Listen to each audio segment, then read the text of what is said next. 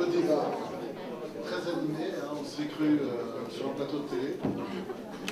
Il y a plein de gens qui pensent différents, ce qui montre la multiplicité de l'identité culturelle européenne qui existe. Contrairement à ce que je disais tout à l'heure, je fais partie de ceux qui pensent qu'elle existe. Et là maintenant, on va parler de l'avenir. Et pour parler de l'avenir, je pense que c'est peut-être mieux qu'on commence par François Magny,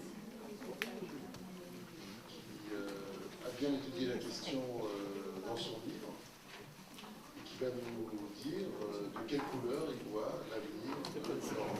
Je suis passé du mot. Je suis très embarrassé pour parler de l'avenir de l'Europe comme de l'avenir en général, parce que ce qui définit fondamentalement l'histoire, non pas simplement à mes yeux, mais aux yeux de tous les historiens et de tous les philosophes, c'est que l'histoire est manifestement marquée par des événements. Et un événement est par définition imprévisible. Personne n'aurait prévu, même en l'imaginant de la manière la plus négative, la Shoah qui arrive dans le pays le plus civilisé d'Europe, à savoir l'Allemagne, avant qu'elle devienne nazie. Or, elle a pris racine, puisqu'on parlait des racines chrétiennes de l'Europe, dans un des pays les plus chrétiens d'Europe, et dans un pays les plus rationnels d'Europe, le pays de Hegel, de Goethe, de Schiller, de Beethoven, de Mozart, de Schumann, etc. Donc il est très difficile de savoir de quoi l'Europe sera faite si elle arrive à se faire. La difficulté, et sans revenir sur le colloque précédent, ou la table ronde précédente sur la notion d'identité, la question est de savoir quelle Europe veut-elle, pour autant que l'Europe existe au-delà d'une simple nomination. Autrement dit, qu'est-ce qui se cache derrière le mot Europe? À bien des égards, ce qui se cache derrière le mot Europe, c'est un mythe.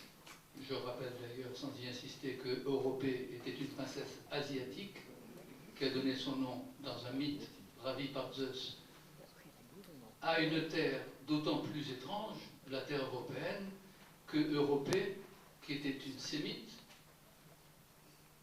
de Tyr, qui est au Liban aujourd'hui, c'est-à-dire en Asie mineure, n'a jamais mis les pieds en Europe. C'est déjà Hérodote. On se demandait ce matin, tout à l'heure, pardon, je vais reprendre ce qu'a dit Charles Zarka et me permettre non pas de le corriger mais de le compléter, quand il a dit que les Grecs n'étaient pas en Europe. Certes, en Europe moderne, ou même en Europe de la Renaissance, mais la première fois qu'on trouve le terme d'Europe, en dehors des mythes grecs, c'est quand même chez Hérodote, dans les enquêtes, c'est-à-dire dans le père de l'histoire, où Hérodote se demande qu'est-ce qui fait l'unité et l'identité de l'Europe. Vous avez ce mot chez Hérodote. Comment se fait-il que l'Europe soit déjà au 5e siècle avant Jésus-Christ, et il dit bien l'Europe, un continent géographique qui a une spécificité, et lui, annonçant déjà la théorie des climats de Montesquieu, pense que c'est dû à la terre, au sol, au climat, c'est-à-dire à des raisons matérielles, et non pas spirituelles, ou culturelles, ou intellectuelles, ou philosophiques, des raisons matérielles qui fait que ce continent tempéré par rapport à l'Asie et par rapport à ce qu'on appelait à l'époque la Libye, parce qu'à l'époque d'Hérodote, on ne parlait pas d'Afrique mais de Libye, le terme d'Africa est un terme plus tardif, et donc c'est essentiellement un équilibre qui a fait l'Europe, une mesure qui a fait l'Europe, une mesure de type essentiellement climatique, d'où la difficulté de se demander qu'est-ce que c'est que l'Europe depuis Aristote. Est-ce que c'est un climat?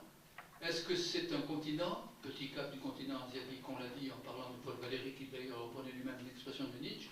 Est-ce que c'est une géographie? La plupart des géographes aujourd'hui admettent, même quand ils sont contre l'entrée de la Turquie dans l'Europe, que la Turquie fait partie du continent européen, non pas simplement de par Istanbul, mais de par le développement géologique de l'ensemble de ce continent asiatique. Donc il est très difficile de savoir qu'est-ce que l'on entend, sans parler d'identité culturelle, ce qu'on entend par Europe. Est-ce que c'est un continent? Est-ce que c'est le cap d'un continent? Est-ce que c'est un climat? Est-ce que c'est une culture? Est-ce que c'est une histoire? Est-ce que c'est un ensemble de racines chrétiennes ou pas chrétiennes, juives, tout ce que vous voulez, mais qui va produire des fruits?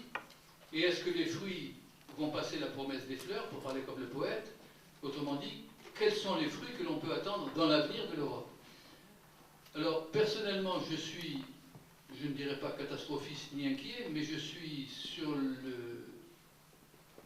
l'interrogation pour savoir est-ce que l'Europe va vraiment vouloir devenir l'âme de ce que Valérie appelait son corps. Autrement dit, est-ce qu'il y a encore quelque chose, et là je rejoindrai volontiers François-Olivier Gisbert dans ce qu'il a dit tout à l'heure, est-ce que les Européens, parce que nous parlons abstraitement de l'Europe depuis tout à l'heure, mais est-ce que les Européens veulent faire quelque chose de l'Europe? Alors je ne suis pas sûr aujourd'hui qu'à une époque de mondialisation, à une époque de virtualisation, à une époque d'Internet, à une époque de tous les sites extra-européens, extra-français, extra-corse, extra tout ce que vous voulez, c'est-à-dire des sites qui ne sont pas réels mais qui sont virtuels, l'Europe ne devient pas elle-même un processus virtuel. Tandis que ce n'est pas le cas en Asie, ce n'est pas le cas dans d'autres pays du monde, ce n'est pas le cas au Brésil, où la réalité prend le pas sur la virtualité. Or, à mon sens, à l'heure actuelle, l'Europe n'est pas encore dégagée de ses propres virtualités. Autrement dit, qu'est-ce que nous voulons faire de l'Europe? Est-ce que nous voulons faire une fédération, une confédération, un ensemble d'États nationaux? Vous voyez à quel point les Européens sont divisés là-dessus. Donc je laisse à mes collègues, et ensuite j'interviendrai de façon peut-être plus critique, le soin de proposer une vision plus positive de l'Europe. Moi, pour ma part, je ne la vois pas se dessiner de façon franche, à moins qu'il y ait un événement brutal, comme tout événement, c'est un pléonasme de parler d'un événement brutal, ou en tout cas un événement discontinu, qui nous donne une autre image de l'Europe. Oui, monsieur le professeur, quand même, je suis désolé, mais c'est légèrement hors sujet, la copie, là. Monsieur Laurent. C'est penser l'avenir politique, un avenir politique commun pour l'Europe. Alors, il ne faut pas s'en sortir comme ça uniquement en disant on va voir. Voilà. Oui, botter en touche, parce que c'est exactement. L'exposé était très brillant et philosophique comme d'habitude. J'ai adoré cet exposé, mais on aimerait savoir, avoir au moins une proposition. Enfin, on avance sur le rugby. Je suis sûr qu'il y en a. Oui, bien sûr, je sais bien. Est-ce qu'on peut avoir quelque chose d'un peu précis là, parce que. Non, je ne vois qu'une seule. Zarka donnera son avis de sciences politiques en tant que tel. Moi, je vous parle de philosophie. D'accord. Vous voyez à quel point les identités sont meurtrières, comme dirait. On le traite de sciences politiques, il répond non, je suis philosophe. Non, tu es un penseur. Non, pour répondre exactement à François-Olivier Gisbert, je ne vois qu'une issue à l'Europe, c'est une Europe fédérale. Ah voilà, il répond. Je réponds à la question, une Europe fédérale qui, sans faire disparaître les nations, qui est quand même une grande invention européenne. Il n'y a pas de nation égyptienne, il n'y a pas de nation perse, il n'y a pas de nation indienne dans les sociétés anciennes. La notion de nation a été inventée d'ailleurs par les Français, pas par les Européens, en 1789 et en 1793. Elle admène, comme je le disais, que vous citiez tout à l'heure, de la bataille de Valmy. C'est là où la première fois, les gens ont compris qu'ils avaient une naissance nation commune. C'est évidemment totalement mythique. La bataille de Valmy n'a pas changé les choses. Mais comme disait Goethe, qui était présent à la bataille de Valmy, elle a changé le regard que les Européens, en tout cas les élites européennes, les intellectuels européens, jetaient sur le monde. Donc il faudrait faire ce mélange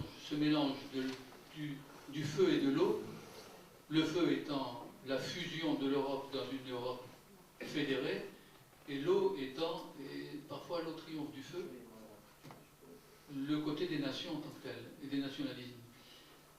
Je réponds plus directement et dans une seule phrase. La difficulté de l'Europe, c'est qu'elle a toujours porté dans ses bras l'universel et qu'elle reste uniquement une société particulière. Comment est-ce que le particulier peut assumer totalement l'universel? C'est la difficulté que ne se posent pas les Chinois, que ne se posent pas tous ceux qui ont participé à la mondialisation. Donc je sens botter totalement en touche, mais tout à l'heure je transformerai l'essai. Merci. Alors, Chantal Delson nous a quittés parce qu'elle devait chercher quelqu'un à la gare, c'était donc depuis longtemps, il nous avait prévenu, donc elle est désolée, elle s'excuse. Et moi-même aussi, je devrais partir vers 17h, donc si je m'en vais, ce n'est pas parce que j'aurais été mécontent d'un discours des intervenants, donc je partirai discrètement. Mais maintenant, je donne la parole à Mesriad. Merci. Je peux la donner à mon voisin? Ah non, parce que c'est vrai qu'elle anime.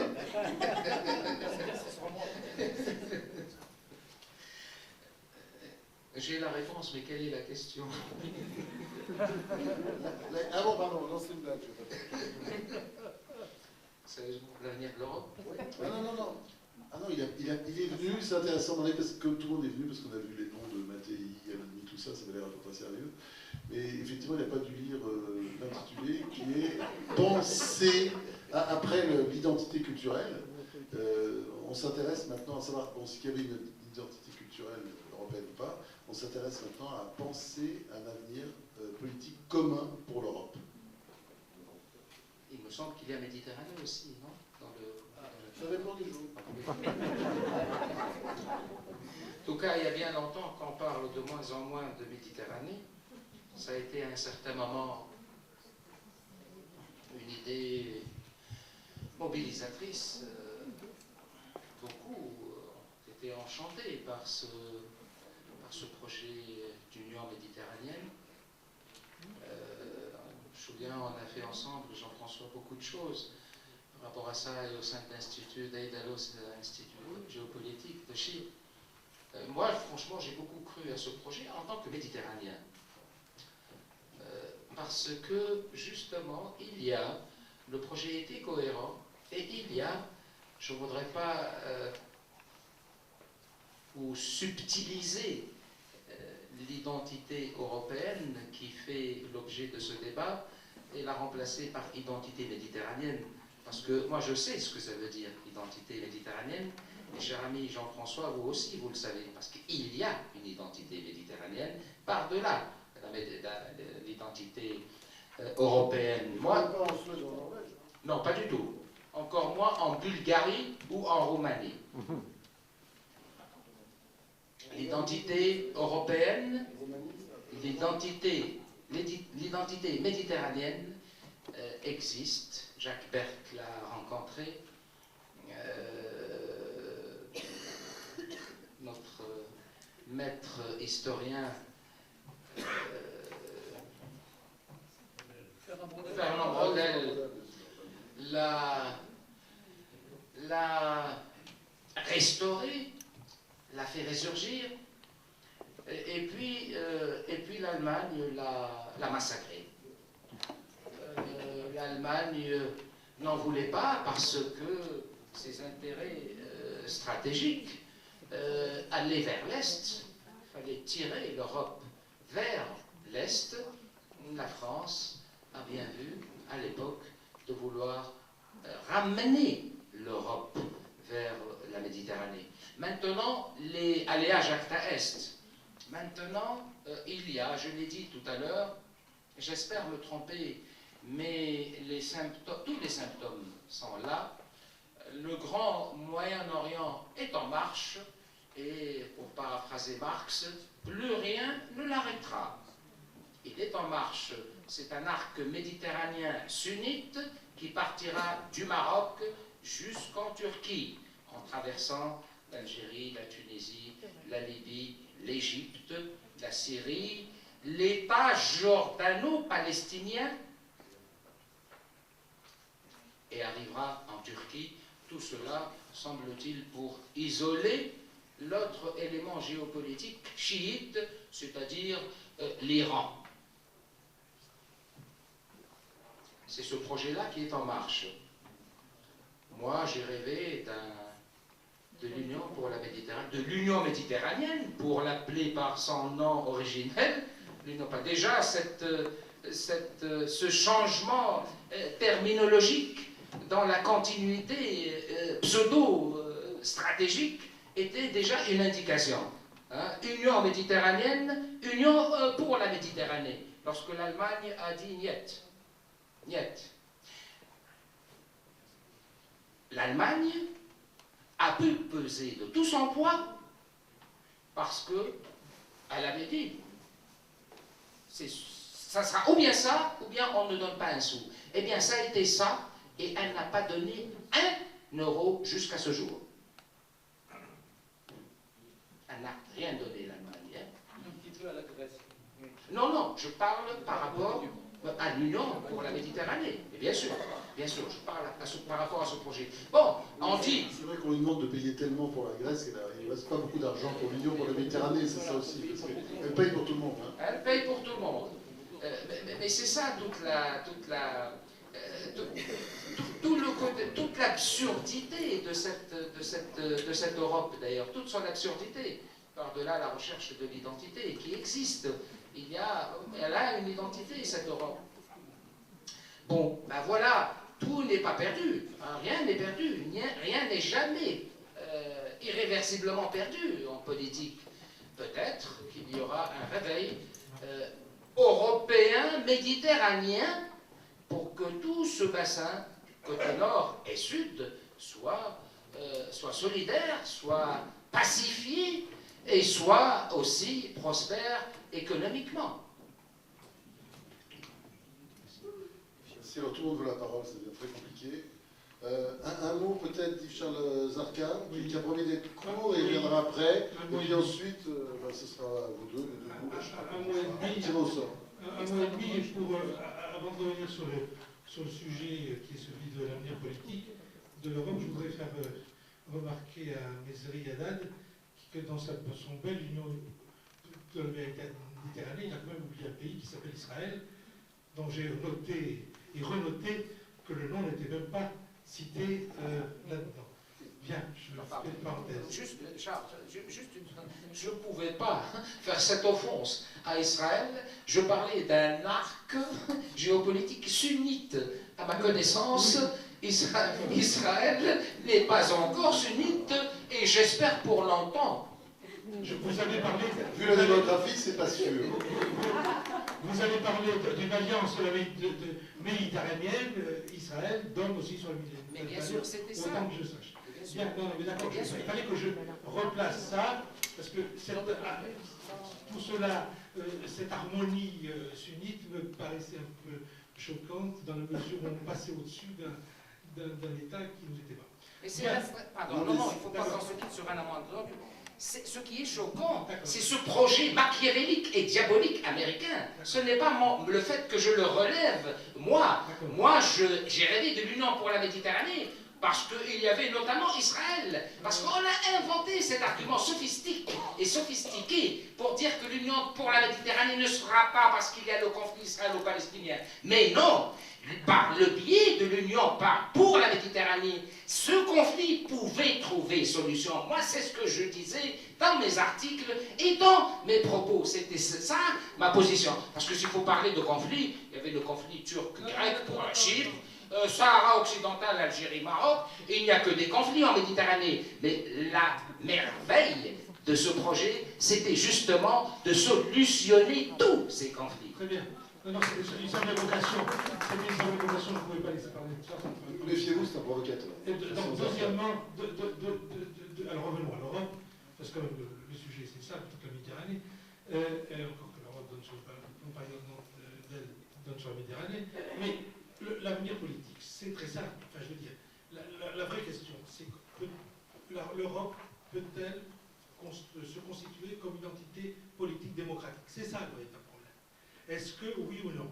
En ce moment, on sait qu'on n'a pas ni les institutions, rien de...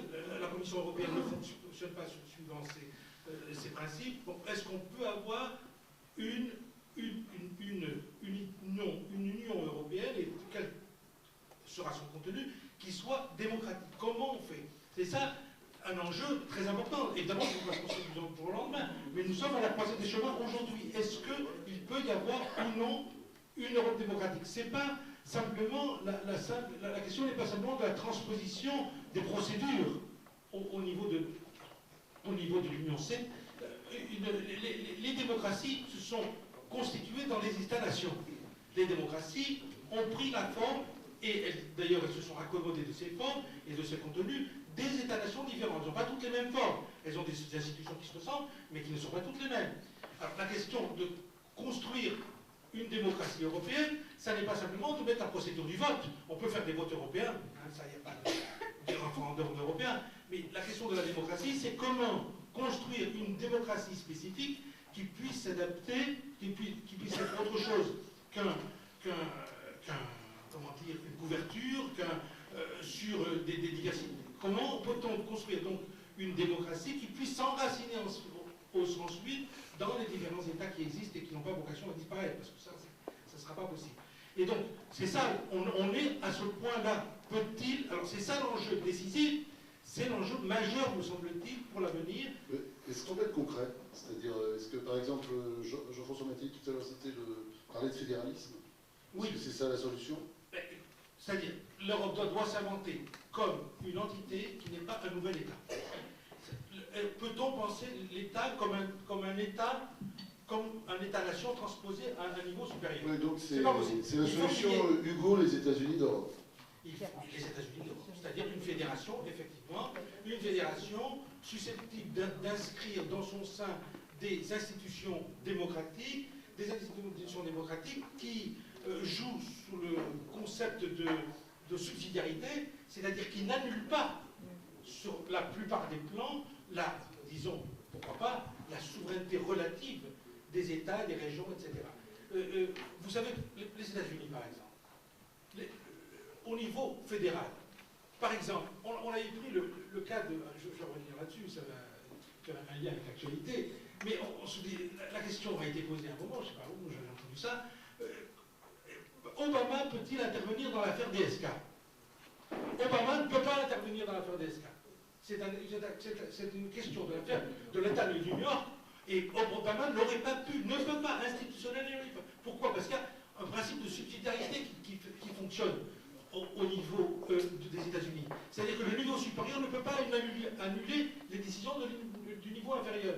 Or, c'est une fédération de ce type que l'on doit constituer avec, au niveau fédéral, un certain nombre de droits, un certain nombre de responsabilités, la politique internationale, etc., et qui concerne la totalité de l'Union, en laissant aux États particuliers toutes les autres compétences. Et donc, c'est ça l'enjeu majeur de l'avenir de l'Europe, constituer le principe d'une fédération démocratique. C'est ce qu'on appelle, pour les non-spécialistes ici, il doit y en avoir, c'est ce qu'on appelle la subsidiarité. Et je rappelle, puisqu'elle est absente, que la grande spécialiste de la subsidiarité en France, c'est Chantal Delsol, qui l'a introduite pour la première fois il y a une quinzaine d'années dans un ouvrage qui s'appelle Éloge de la subsidiarité. Et effectivement, cette notion, qui est une notion d'ailleurs au départ religieuse, qui appartenait au christianisme, consiste à traiter à chaque niveau de responsabilité les problèmes sans faire intervenir la responsabilité la C'est ce plus que haute. fait l'Europe depuis 5 ans. Oui. Ça fait 50 ans qu'elle pratique la subsidiarité, contrairement aux États. Aux États, justement, jacobins et centralisés. Et la dernière mesure sur les budgets des nations, de chacune nation, on va en sens inverse. Ah, mais il y a toujours des forces nationales fortes. Oui, mais parfois il y a des urgences qu'il faut qu'on est obligé d'aller en sens inverse. Quand les déficits Ah oui, deviennent si la abyssaux. fin justifie les moyens. Oui, mais attendez, madame, si les déficits deviennent abyssaux et l'endettement également, on a ce qui est arrivé en Grèce qui met en péril tout l'équilibre européen. Donc l'Europe doit aussi se défendre elle-même contre certains de ses membres. Donc voilà, ça, je crois que c'est la meilleure réponse qu'on puisse faire à ce que nous. Oui, surtout quand on joue pas les règles du jeu. Raphaël. Moi, je crois que, pour reprendre ce que disait Castoriadis, pour pouvoir constituer une entité politique cohérente, quel que soit ce type d'entité, c'est-à-dire son niveau d'intégration politique, il faut avant tout un imaginaire instituant. C'est-à-dire qu'il faut croire à quelque chose à un certain niveau.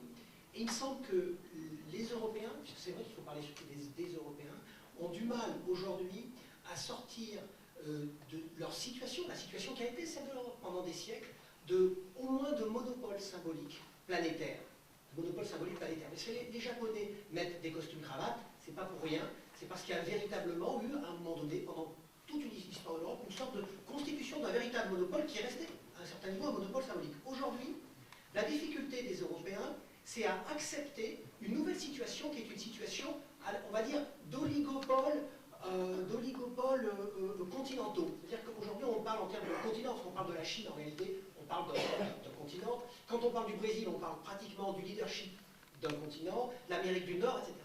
Et je crois que jusque dans les années 80, 90, les Européens étaient arrivés à gérer une situation qui était déjà difficile. On était dans une crise qui, à mon avis, était sur ce plan-là, à cette époque-là, économique, sociale, sortie des Grandes Glorieuses, toute une série de choses, toute une série de choses, mais que depuis les années 2000, on observe en même temps qu'il y a une montée des débats sur l'identité et qu'il y a aussi l'émergence de nouveaux nationalismes européens, et populistes, mais européens de l'Ouest, c'est-à-dire du cœur de l'Europe, tant en France, même au Royaume-Uni ou ailleurs, on observe une très très grande difficulté à justement l'abandon d'un certain nombre de prérogatives stato-nationales pour constituer une entité cohérente. Alors que jusque-là, c'est ce que j'avais écrit d'ailleurs dans Cité, pour te dire, jusque-là, il y avait en quelque sorte une position qu'avait trouvée l'Europe, si vous voulez, entre le paternalisme américain, en gros, et le reste du monde plus ou moins infantilisé. Au milieu, l'Europe avait construit une position que j'avais appelée la position du psychanalyste global. C'est-à-dire que les Européens n'arrivaient plus à être ceux qui étaient les paternalistes, parce qu'ils n'arrivaient pas du point de vue matériel, économique et la puissance militaire, la possibilité d'être les gendarmes de la planète. Et leur ressort, c'était de mettre tout le monde sur le divan, c'est-à-dire de critiquer le paternalisme américain et de mettre tout le monde sur le divan en quelque sorte. Mais c'est-à-dire en étant le conseiller privilégié de la première puissance mondiale. Depuis les années 2000, il y a un certain nombre d'événements, puisqu'on parlait d'événements, qui ont remis en cause même cette position.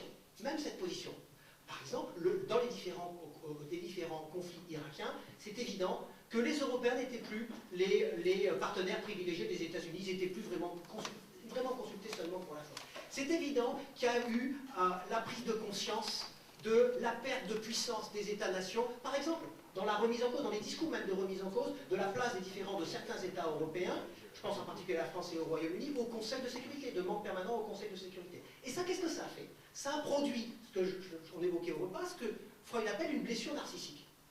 Et cette blessure narcissique, elle a engendré de nouvelles formes d'extrémisme, en particulier ce qu'on pourrait même appeler une sorte d'européanisme, mais un européanisme qui, paradoxalement, est l'ennemi de la constitution, d'une Europe qui serait une Europe démocratique, justement. Et il y a une sorte de blessure, une sorte de repli. Et bon, je n'ai pas le temps d'expliquer dans le détail ça. Moi, c'est ce que j'appelle le passage du complexe. J'ai écrit dans un article qui est sur Internet, dans une revue qui s'appelle Harvard International Review, sur cette question,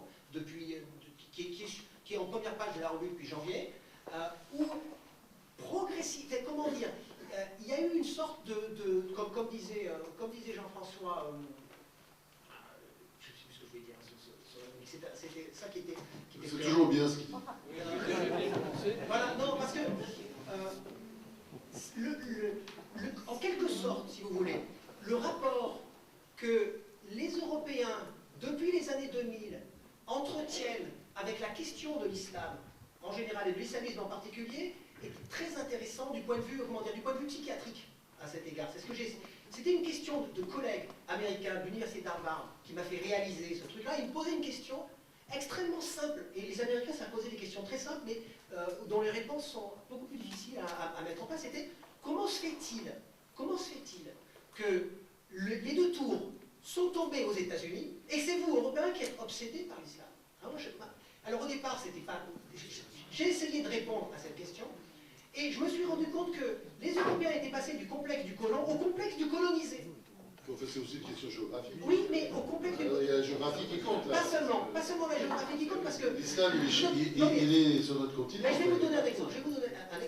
Dans les années, justement, parce que j'ai essayé d'étudier en détail dans cet article, dans les années 80-90, les musulmans étaient, pour ainsi dire, des boucs émissaires soft de la sortie des 30 glorieuses, crise économique et sociale, il fallait trouver des responsables. Donc il y avait le côté, puis il y avait en même temps le début du terrorisme international qui a pris la succession, pour ainsi dire, du terrorisme d'extrême gauche, des brigades rouges, etc. Donc il y avait toute une série d'événements, j'allais dire conjoncturels, qui pouvaient trouver des raisons, mais là, le bouc émissaire était mêlé avec l'immigré, l'arabe, le musulman, etc. À partir des années 2000, il s'est passé quelque chose, je pense, de fondamental. On n'est plus dans cette espèce d'islamophobie soft, avec une crise institutionnelle qui pouvait être la crise du système d'assimilation à la française, etc., mais une crise générale, européenne, où cette fois, en quelque sorte, le musulman, comme le disait Sartre, dans Réflexion sur la question juive, livre écrit dans les années 50 pour parler de ce qui s'est passé dans les années 30, il dit le musulman est devenu un principe métaphysique. Il est devenu le principe métaphysique du mal, et qui concentre en lui-même, qui est en quelque sorte devenu la photographie en négatif des Européens, c'est-à-dire que les Européens n'arrivent plus à définir, on le voit bien ici d'ailleurs, une photographie positive de ce qu'ils sont, tout en ayant le sentiment qu'ils sont quelque chose. Du coup, ils ont le sentiment qu'ils peuvent au moins croire qu'ils ne sont pas ça, qu'ils ne sont pas le musulman, c'est ça que je veux dire. Et tant qu'ils n'arriveront pas, pour revenir à la réponse concrète, tant qu'ils n'arriveront pas à gérer cette pathologie, cette espèce de délire de l'encerclement, ce complexe du colonisé, ou si vous voulez, cette espèce de crise, du passage de la crise économique et sociale à une crise symbolique, c'est-à-dire, eh bien, ils n'arriveront pas tout simplement à s'unir, et les différents échecs dans les différents États-nations pour constituer une fédération, une union, ou tout ce que vous voulez, elles sont liées à ça. On ne peut pas construire sur une pathologie pareille. Il faut arriver à accepter une nouvelle concurrence au niveau continental, et pas l'anéantissement, mais la relativisation des États-nations. Oui, mais enfin, on peut aussi construire contre un ennemi.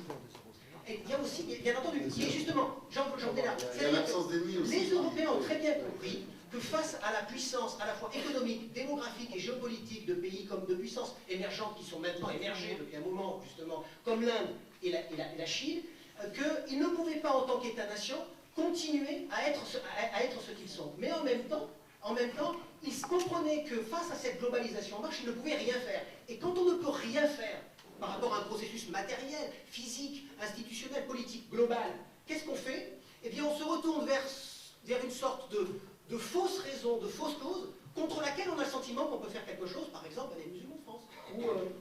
Qu'est-ce que c'est en Europe entière aujourd'hui? Et votre analyse approche pour complétant aussi aux États-Unis, qui eux aussi ont subi, mais alors on parlait de blessures narcissiques, c'est fin des années 90, années 2000 pour l'Europe, et aujourd'hui ce sont les États-Unis très clairement. On voit bien d'ailleurs, il y a un doute aux États-Unis sur est-ce qu'on est toujours la première puissance mondiale, est-ce qu'on va le rester encore longtemps, et on sait très bien, nous, Européens, parce qu'on est de plus en plus spectateurs, on fait un G20, c'est vrai, on augmente le nombre de participants dans les sommets mondiaux, et en fait, la réalité des choses, c'est quand même le G2 qui décide tout, c'est-à-dire les États-Unis et la Chine, dans une sorte de co-gestion des affaires du monde, ce qui est tout à fait nouveau pour l'Amérique, qui était seul au monde depuis la chute du communisme. Période difficile, mais gérable. Alors que le problème des Européens aujourd'hui, c'est qu'on arrive au stade où ça devient ingérable. Ils n'ont même plus cette solution d'intervention. Est-ce que tu dirais pour autant que l'Europe a besoin de se façonner une identité à partir d'un ennemi, c'est-à-dire selon des thèses bien connues? Oui, moi, c'est-à-dire que... Les thèses de Cartwright. Bien sûr, mais je dirais qu'à un certain niveau, il peut y avoir, quand c'est un ennemi extérieur, puisque c'est ça aussi chez Carl Schmitt et même quand c'est un ennemi extérieur, ça peut être positif parce que ça permet de définir des frontières. Mais lorsque c'est un ennemi intérieur, ça peut aboutir à un processus délétère, et c'est le cas aujourd'hui. Quand on voit décembre dernier, qu'aujourd'hui, il y a des colloques dans l'ensemble de l'Europe, c'est-à-dire chez les Britanniques, avec les anciens hooligans qui se réunissent contre l'islamisation de nos pays un peu partout en Europe, et puis ensuite se réunissent à Paris en décembre avec des hommes politiques qui ne sont pas du tout des hommes politiques de droite ou de gauche, des hommes politiques tout court, et qui trouvent que c'est légitime de parler de cette manière-là. On n'aurait jamais pu avoir ce genre de choses. Moi, je l'ai observé sociologiquement dans les années 80-90. Il y a eu un changement qui rend la chose, qui rend ce type de discours tolérable. Merci. Non, là, on va avoir des problèmes avec le président de l'université, là, parce qu'il... Oui, il va avoir. Si me permet. Alors, je voudrais rebondir à beaucoup de raisons. Il n'est pas content. Hein. Il n'est pas content. J'entends des borborithmes absolument sans arrêt sur la droite. Allez-y, mais vite. Très rapidement, alors. Sur deux points sur l'ennemi et sur... Bon, écoutez, il y a, oui, sans doute, dans les années 80 ou avant, ces réactions et ces discussions sur la question de l'islamisme n'avaient pas lieu parce qu'on n'avait pas les mouvements qui existent aujourd'hui. Et je ne dis pas que je suis pour que la stigmatisation généralisée, l'amalgame, je suis absolument pas pour ça. Mais on peut comprendre qu'il y ait une crise aujourd'hui particulière qui correspond à un développement, à des stratégies réelles d'islamisation, d'abord des populations musulmanes elles-mêmes, et puis bon, et donc ça ne tient pas de rien, c'est parce que les gens sont totalement fous, c'est qu'il y a des... Il y en a moins dans les années 80, je suis désolé. Il y a des problèmes qui sont spécifiques. Mais comment moi l'islamisme n'existe plus en réalité depuis justement... Dans votre esprit. Dans mon esprit, dans l'analyse concrète. Alors je vais faire une bonne action avant de partir et de vous dire au revoir. Je fais une bonne action. Je vais donner la parole à Marc qui la réclame déjà très longtemps et qui n'en peut plus. Donc voilà. Merci. Et je vous laisse dans de bonnes mains. Puis il y a Patrice Alimi, lui, qui n'a pas protesté, mais qui n'a pas... On va remercier la présidente de sa présidence.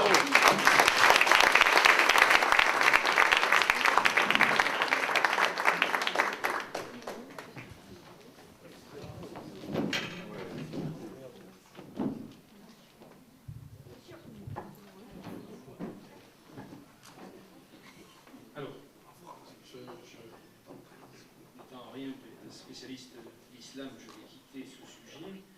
Je vais revenir au sujet européen. Dans ce qui a été dit, d'ailleurs, je suis d'accord avec une bonne partie de ce qui a été dit par les différents intervenants, je pense qu'il y a deux défis pour l'Europe du XXIe siècle. Il y a son rapport au monde, aux autres, et puis il y a son organisation politique, institutionnelle, son contrat social qui lui est propre au niveau européen. Ce sont deux questions essentielles qui sont complémentaires et qui sont posées à l'Europe, comme ils sont posés à toute entité politique, son rapport à l'autre et son contrat social interne et son organisation. Bon. Alors c'est une question, je vais faire aussi un peu d'histoire, je vais revenir à ce que disait Jean-François Mattei, qui est très ancienne pour l'Europe et qui s'est posée pour elle. Vous allez voir qu'il y a les clés de beaucoup de choses là-dedans, à un moment très particulier de son histoire qui a été évoqué, qui est en gros le milieu du XVe siècle, le moment où l'empire chrétien, qu'on appelait chrétienté et qu'on n'appelait pas encore Europe. L'Europe était un mot connu, mais un mot partagé par des savants. Ce n'était pas encore un mot de civilisation, connu comme il allait l'être après. Donc c'est le moment où cette chrétienté va perdre le monde ancien, celui de Constantinople, l'empire romain d'Orient, 1453, la prise par les Ottomans et la création de l'Empire ottoman. Et c'est le moment où, quelques années après, à quelques encablures, en 1492, l'Europe découvre un nouveau monde, celui dont on vient de parler, les Amériques, qu'elle n'attendait pas, qu'elle ne supposait pas. Et un monde qui n'est pas une terre vierge, mais une terre habitée. Et pour l'Europe, qui avait encore une vision très ethnocentrée d'elle-même et de son histoire, non seulement la terre n'est pas plate, mais est ronde, évidemment, mais en plus, on découvre une terre habitée et un autre monde qu'on va ensuite coloniser en commençant par le christianiser. Et je pense que c'est très important de comprendre que le mot Europe naît à ce moment-là comme un mot de civilisation, comme pour répondre à la perte de ce monde ancien.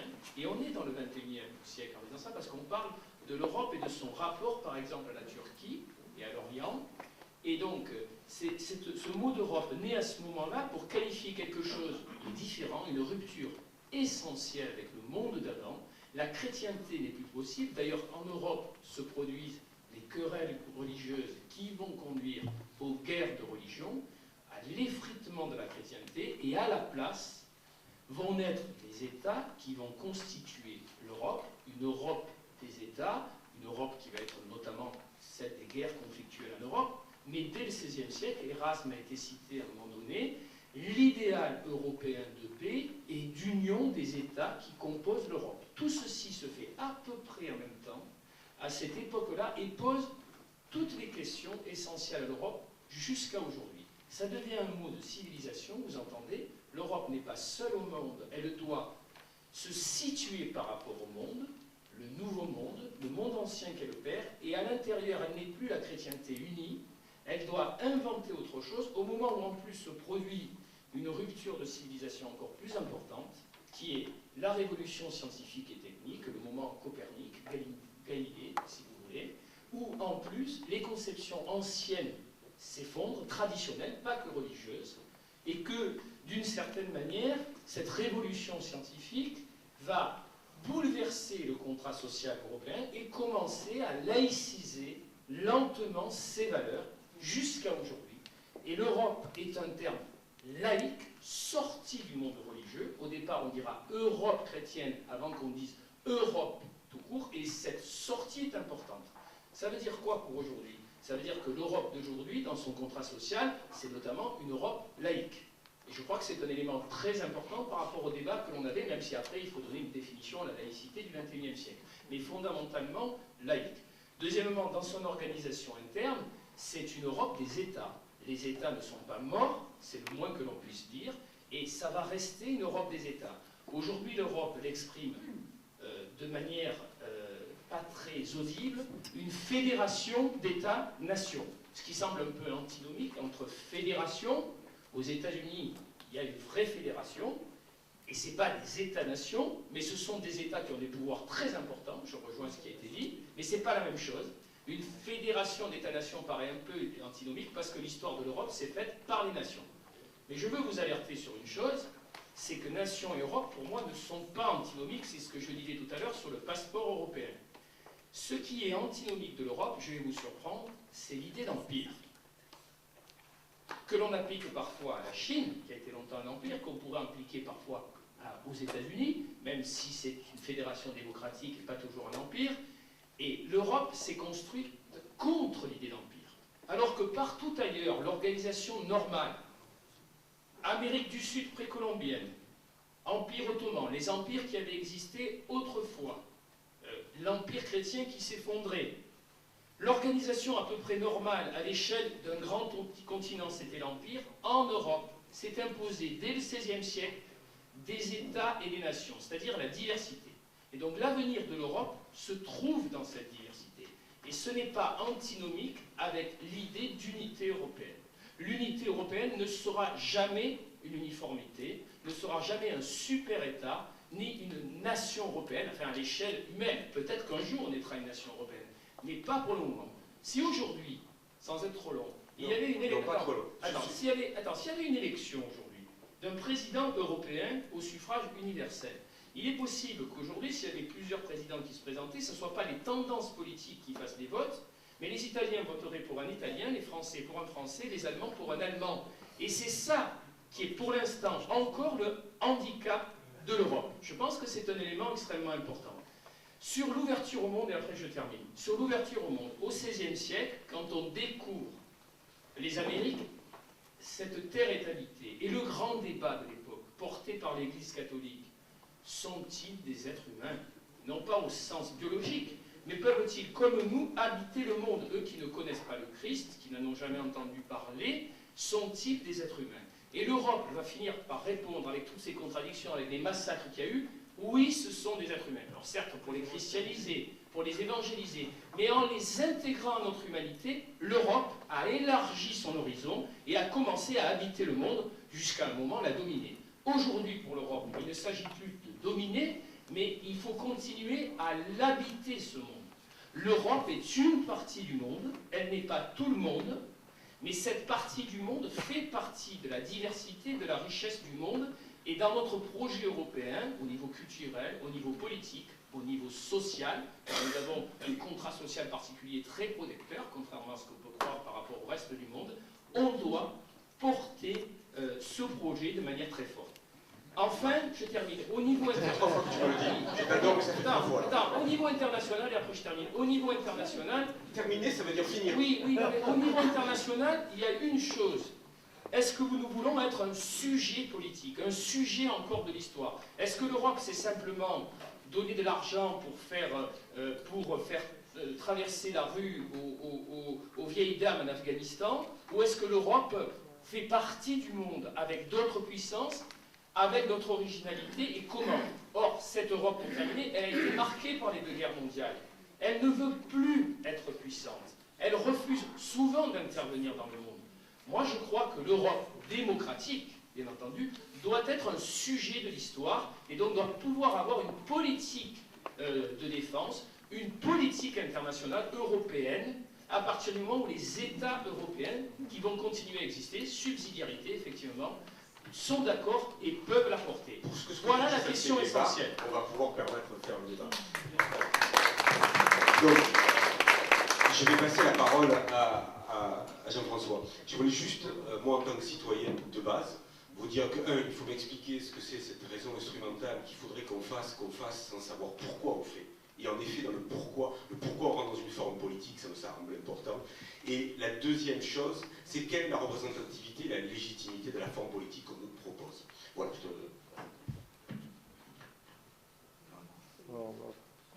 Je voudrais faire une remarque qui reprend deux des éléments qui viennent d'être utilisés par le président Marc Pénal. La notion d'ouverture et la notion d'horizon.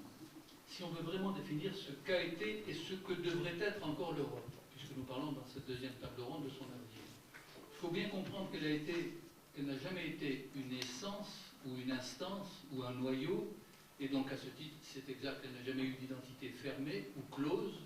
Elle a été toujours une identification ouverte, non pas une identité close, vous voyez la différence que je fais, mais une identification ouverte sur les autres cultures.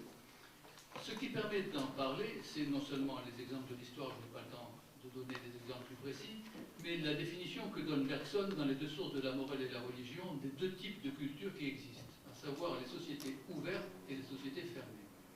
Ça a été repris par Karl Popper et par beaucoup d'autres épistémologues. Les sociétés closes, pour Bergson, sont les sociétés traditionnelles, donc non européennes, qui étaient totalement autonomes et autarciques, parce qu'elles étaient fermées en quelque sorte sur leur propre protection de type religieux. Même les grands empires dont il a été question, il y a un instant, étaient clos, comme par exemple l'Empire du Milieu, qu'a visité Marco Polo, c'est-à-dire la Chine, c'est-à-dire Cathay. Tandis que l'Europe a toujours été fondamentalement ouverte. Et je voudrais le montrer sur un exemple très précis, sur l'exemple de la devise de ce qu'est l'Espagne aujourd'hui, en 2011. Je ne sais pas si vous savez quelle est la devise de l'Espagne, mais elle est sur tous les drapeaux. C'est plus ultra. C'est une devise qui est exprimée en espagnol, en latin, et reprise par l'Espagne. Cette devise est une transformation par une négativité, la négativité dont on parlait ce matin, ou tout à l'heure, plutôt dans la première table ronde, quand on disait que ce qui définit l'Europe, c'était seulement un mode de pensée dialectique, c'est-à-dire négatif par rapport à soi-même. D'où, pour ne pas utiliser un vocabulaire trop philosophique en parlant de négativité, critique. La devise traditionnelle des latins, empruntée au 10e des travaux d'Héraclès ou Hercule, était nec plus ultra. L'expression est restée chez nous pour désigner qu'il n'y a rien de mieux que quelque chose. Par exemple, mon iPhone, c'est le nec plus ultra des smartphones. C'est ce que j'ai essayé de dire à Apple pour essayer de faire vendre davantage de smartphones. C'est le nec plus ultra. Pourquoi? Parce que lorsque Hercule a fermé la Méditerranée, ce qu'on appelait à l'époque l'oïkouménée, c'est-à-dire les terres habitées, c'est-à-dire la civilisation de l'époque, mais le mot n'existait pas, c'est le 10e des 12 travaux d'Hercule. On lui demande, les dieux lui demandent de fermer la Méditerranée, donc de définir une société close, pour reprendre Bergson. C'est là qu'il fait les colonnes d'Hercule, c'est-à-dire à Gibraltar et à Ceuta. Gibraltar en Espagne, Ceuta au Maroc. Et Hercule dit, nec, enfin il le dit en grec, mais ça a été reformulé en latin, il ne faut pas aller au-delà, sous-entendu, de la Méditerranée. C'est-à-dire s'aventurer vers les terrains connus qui s'ouvraient à partir de l'Atlantique. On savait, ni que c'était une Inde, ni que c'était les Indes, ni que c'était les futures Amériques. Le mot n'existait même pas avant Amerigo Vespucci, comme vous le savez. Charles Quint, empereur, puisqu'on parlait de l'Empire, de l'ensemble de l'Europe, et qui parlait, voir son entretien avec François Ier, uniquement français chez lui, et non pas espagnol, parfois latin évidemment, puisque c'était la langue savante, reprend l'expression nec plus ultra et il supprime le nec. Il met un non devant le nec. Comme vous le savez, deux négations équivalent à une affirmation. Si je dis non au non, c'est donc que j'affirme qu'il faut aller plus ultra. Et il appelle ça en français plus ultre. Ultre, expression du XVIe siècle. C'est-à-dire, il faut aller au-delà. Et ça a été toujours l'idée de l'Europe d'aller au-delà. Au-delà sur le plan géographique, c'est-à-dire de conquérir de nouveaux mondes. Et d'ailleurs, ce sont les Européens depuis 1492 qui parlent de nouveaux mondes, c'est-à-dire quasiment de nouvelles planètes. Et c'est l'idée d'une conquête au-delà qui sera reprise par le fameux discours de Kennedy lors de son investiture du Parti démocrate, lorsqu'il dira qu'il faudra conquérir une new frontier, une nouvelle frontière, qui sera la frontière de l'espace. Et en moins de 10 ans, comme vous le savez, les Américains ont débarqué sur la Lune. En 8 ans, très exactement. Donc l'idée européenne, ça a toujours été l'idée d'une société ouverte, au-delà d'elle-même, au-delà des mers, au-delà des concepts qu'elle utilise. Et si l'Europe veut être, ou continuer d'être quelque chose dans l'avenir, 21e siècle, peut-être même 22e siècle, s'il existe encore, il faut qu'elle continue d'aller outre. Autrement dit, l'Europe, c'est une figure de la transgression. Ou si vous voulez que je parle philosophie, c'est une figure métaphysique, fondamentalement. Et la transgression a toujours évidemment des risques. Des risques coloniaux, des risques de guerre coloniale, des risques de guerre mondiale, parce que dès que vous transgressez quelque chose, serait-ce même géographiquement la mer Méditerranée, vous transgressez en même temps les éléments que vous laissez derrière vous. C'est-à-dire qu'à tout moment, l'Europe transgresse ses propres principes. Mais c'est là l'ambiguïté de l'Europe, plus elle transgresse ses propres principes lors de deux guerres mondiales, lors de la Shoah, et plus elle se culpabilise, non pas d'avoir tué autant de juifs, ou autant d'Incas, ou autant d'Aztèques, etc., mais d'avoir outrepassé ses propres principes. D'où la mode actuelle de la repentance, qui est évidemment une déviation de l'esprit critique, déviation d'esprit critique parce que la repentance n'est pas justement critique. Elle est purement négative. Or, la négativité n'a de sens que si elle ouvre sur une positivité. C'est cela qu'on appelle la dialectique depuis Hegel. Autrement dit, dès que vous niez quelque chose, c'est bien pour affirmer une nouvelle affirmation. La négation d'un mal doit être l'affirmation d'un bien. Mais quand vous faites une repentance coloniale, choatique, Deuxième Guerre mondiale et déjà la première avec le chemin des dames, vous vous complaisez dans la repentance. C'est-à-dire que vous vous complaisez dans le fait que vous battez votre coulpe, non pas sur votre propre poitrine, mais sur la coulpe de vos ancêtres. C'est-à-dire, on dit que ces Européens ont été mauvais. Quand vous lisez Camus dans L'homme révolté, vous verrez que Camus dit « ces misérables Européens ». L'Europe est détestable. Et François-Olivier Gisbert citait tout à l'heure la phrase que j'ai mise en exergue de mon différents livres, de mon dernier livre, à savoir que le secret de l'Europe, c'est qu'elle n'aime plus la vie. Deux guerres mondiales, plusieurs, non pas dizaines, mais centaines de millions de morts pour la première fois depuis l'apparition de l'Homo sapiens sapiens, ça vient de la culture européenne. Donc, simplement une parenthèse pour finir, dans mon ouvrage sur le procès de l'Europe, sur lequel François Gisbert ironisait tout à l'heure, mais très justement, c'est cela la critique. Je n'ai jamais défendu la suprématie de l'Europe sur les autres peuples. Et personne, pas plus Paul Valéry qu'Albert Camus ou que Simone Veil, je parle de la philosophe, ne l'ont défendu. On montre simplement que ce qui fait le paradoxe de l'Europe, je dirais que l'Europe est un oxymore, comme disait le linguiste, c'est-à-dire une contradiction dans les termes. Elle est à la fois transgressive et critique de ses propres transgressions. D'où la seule possibilité pour l'Europe actuelle, au XXIe siècle, c'est de continuer à transgresser ses propres principes pour les affirmer dans la négation de ses propres critiques. Autrement dit, il faut qu'elle continue à aller de l'avant. Ou alors, elle restera, comme Venise, un musée qui est déserté par ses habitants.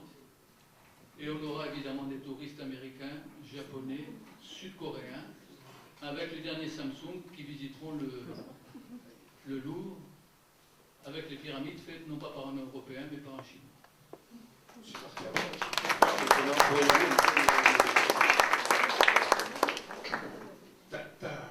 Mon cher Jean-François, ta dialectique, elle est très séduisante. Il faudrait que tu lui donnes simplement un contenu. C'est la raison pour laquelle on lui donne la parole. Absolument. À toi de remplir les vides. Absolument pas. Je te laisse la responsabilité. Non, je vais préciser.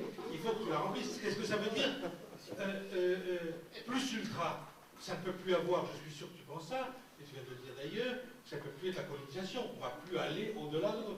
Donc il va falloir, à ton plus ultra, lui donner un contenu. Quel va être l'au-delà de la transgression? Qu'est-ce qui va être à transgresser? C'est bien joli de le dire. Négation, ce que j'ai dit tout à l'heure, c'est-à-dire la constitution d'une fédération, c'est-à-dire en prenant le risque de développer, de dépasser le niveau national que l'Europe avait inventé.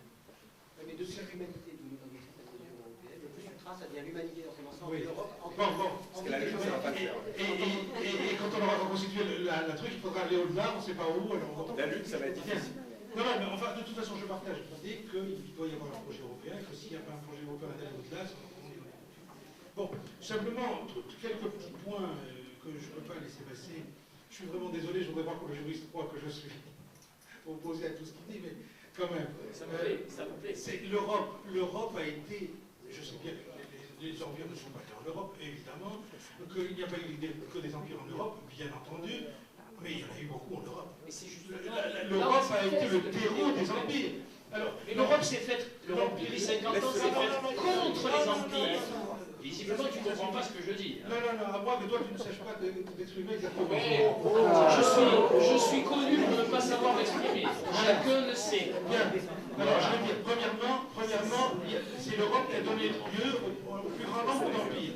L'Empire britannique, l'Empire espagnol, l'Empire français, l'Empire hollandais, l'Empire belge, bon, et portugais aussi. Bon, vous permettez que je finisse, oui? Bon. Non, mais c'est pas possible. Bon, ça c'est un, il faut le reconnaître. Deuxièmement, vous ne pouvez pas tout de même, en tant que juriste, mais quand même c'est invraisemblable, faire crédit à l'Europe d'avoir reconnu l'humanité des Indiens après les avoir exterminés. Non mais c'est incroyable ce truc pareil. Mais écoutez, comment les Européens vont en Amérique? Ils vont en Amérique du Nord, ils vont en Amérique du Sud. Ils reconnaissent reconnaissent pas que ces gens qui ont des propriétés, qui parlent, qui les accueillent, ne sont pas des êtres humains. Ils les exterminent. Et ensuite on dit, ouais, c'est un avantage, nous avons été capables de le reconnaître. Mais après quel processus, après quelle extermination, cette reconnaissance a été dite. Non, non, on ne peut pas aller jusqu'à dire ces choses-là. C'est pas possible. Un dernier point sur la question de l'ennemi. Bien sûr, la question de... Les unités se sont souvent formées dans l'opposition à un ennemi. Et moi qui étais longtemps, et qui suis encore historien de la pensée politique, je me souviens de cette fin du XVIe siècle où, par exemple, l'Italie et un certain nombre de cités italiennes se pensaient contre l'ennemi turc et définissaient leur politique contre l'ennemi turc.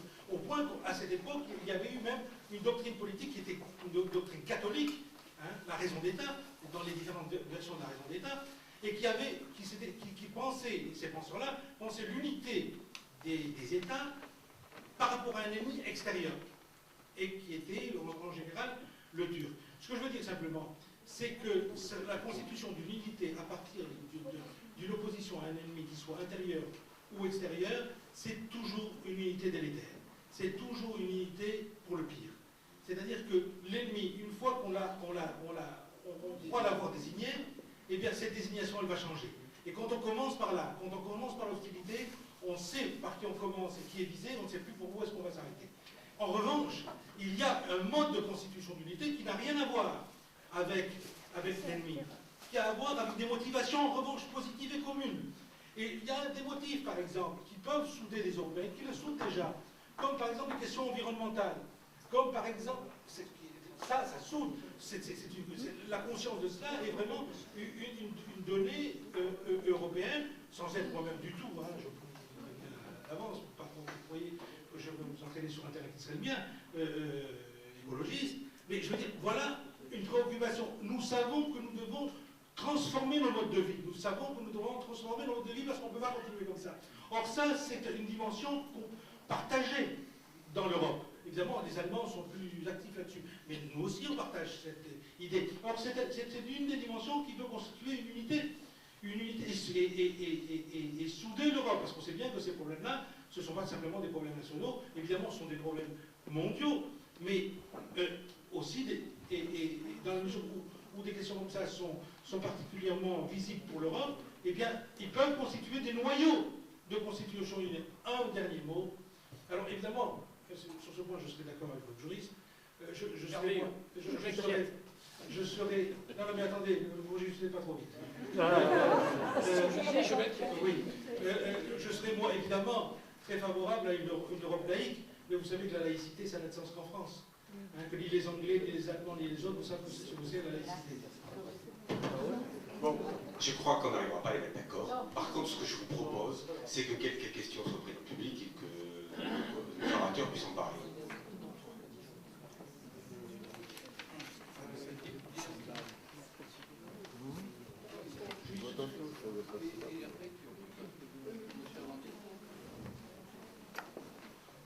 Oui, puisqu'une question vient de M.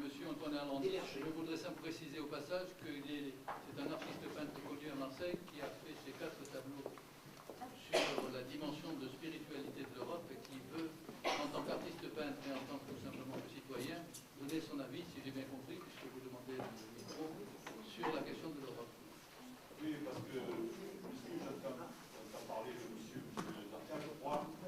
J'entends parler de M. Jarquin en me disant mais qu'est-ce qu'on va faire? On va faire de nouvelles frontières, etc. Moi, je voudrais dire simplement. Non, mais il me semble que quand on a proposé des nouveaux projets pour l'Europe, qu'est-ce qu'on va faire? Qu'est-ce qu'on va faire? On se regarde, qu'est-ce qu'on va faire? Et je crois qu'on échappe à une dimension, on en a parlé Jean-François avec déjà quelques jours, qui m'interpelle. C'est qu'il y a 2 millions d'années, l'homme ne savait pratiquement pas parler, balbutier.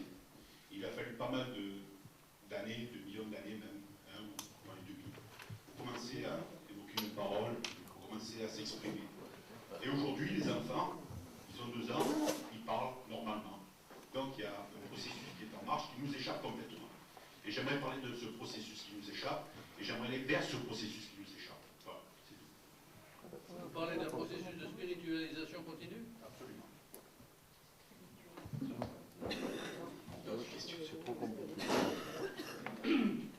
Guillamel, je suis consultant pour la Commission européenne et dernièrement j'ai eu un cas de conscience et je vous l'expose. Ingénieur agronome, j'ai été chargé de faire une évaluation d'un budget de 75 millions d'euros au Maroc. Projet qui consistait à gérer des aménagements hydrauliques pour à peu près 250 000 personnes. Figurez-vous que j'ai refusé ce dossier pour la simple raison, c'est que la méthodologie qui nous était imposée devait définir exactement quel genre, la politique du genre, par rapport à l'investissement agricole. Je trouve ça complètement hors sujet et je suis totalement scandalisé. C'est quoi le genre? Des gender studies? Oui. Le dossier, on ne pouvait accepter ce dossier que si on répondait par rapport au genre, et pas du tout par rapport aux investissements réalisés et à l'impact dans la population. C'est quoi le genre? C'est quoi le genre? Quel genre est-ce?